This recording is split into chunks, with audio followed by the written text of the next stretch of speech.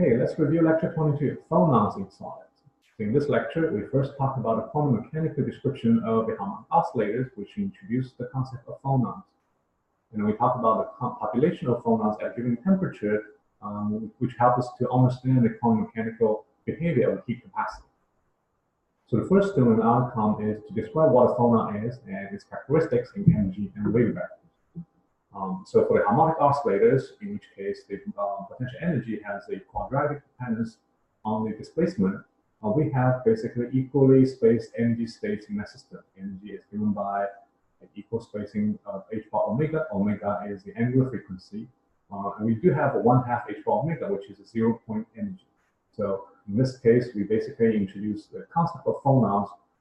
If we have at n, then we see that we have n phonons, each with an energy of h bar omega.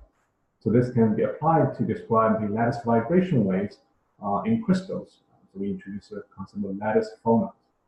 Phonons do have energy, which is proportional to the angular frequency of the oscillation, and they have momentum, which is the wave, proportional to the wave vector of that vibrational wave. And obviously now we have energy versus k, we have this dispersion relationship. And so a few notes on the phonons, since these vibrational waves are in the same spatial domain as the Bloch waves of electrons. Basically, that's the entire crystal.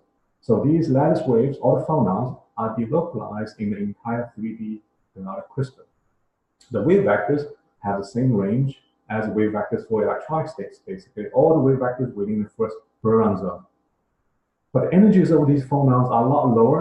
Typically, it's only about several milli-electron volts to maybe tens of milli-electron volts. Compared to the energy range of the electronic bands, we know they're typically on the order of several eV. So the phonon energies are a lot smaller than the electronic transition energies. But there are different types. We talk about longitudinal versus transverse, depending on the vibration direction versus the wave propagation direction. And then there are so-called acoustic versus optical phonons. So the second student learning outcome is to predict the average population of phonons at a given temperature, and then figure out how the temperature will actually influence that population. So for a particular type of phonons with energy of h bar omega, in this state with En, then we say that we are having n phonons in the system. But the probability of having n phonon in the system depends on the temperature. The probability actually has a Boltzmann factor.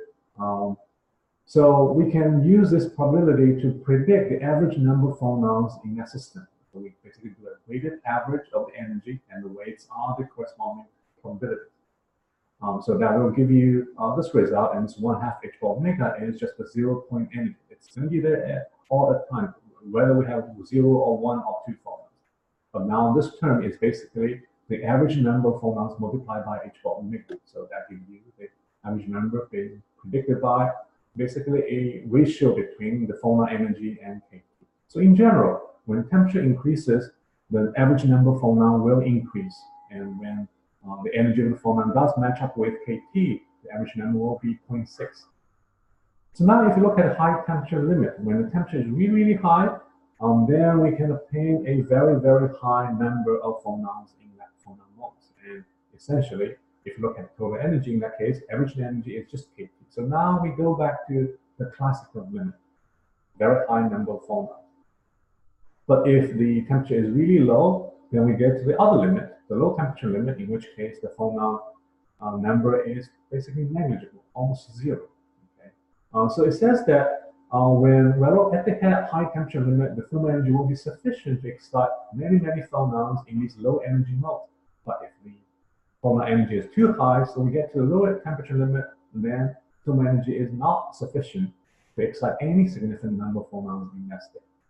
So this theory allows us to explain why vibrational modes in solids or gases may or may not contribute to heat capacity at different temperatures.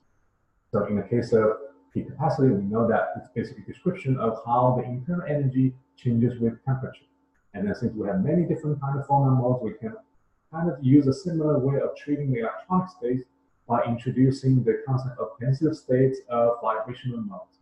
And for each of those modes, they have a certain number of states at any frequency range, and then the corresponding energy, as we have talked about earlier, is dictated by the average number of phonons. In this case, we threw out the 0-point energy because that's a constant energy.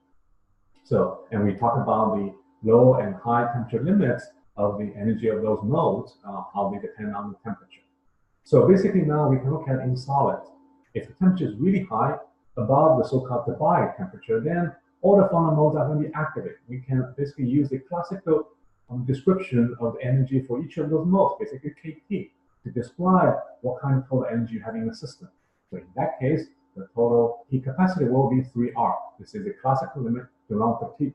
Okay, so when we have a very high temperature, the molar heat capacity will be 3R. But when you do reduce the temperature, you see that some of these high energy modes may not be activated anymore. So in that case, the molar heat capacity will be gradually less than 3R. In the case of silicon, at 300 Kelvin, it has a Debye temperature of 6.5 K. You're going to be about 80% of the 3R for the molar heat capacity.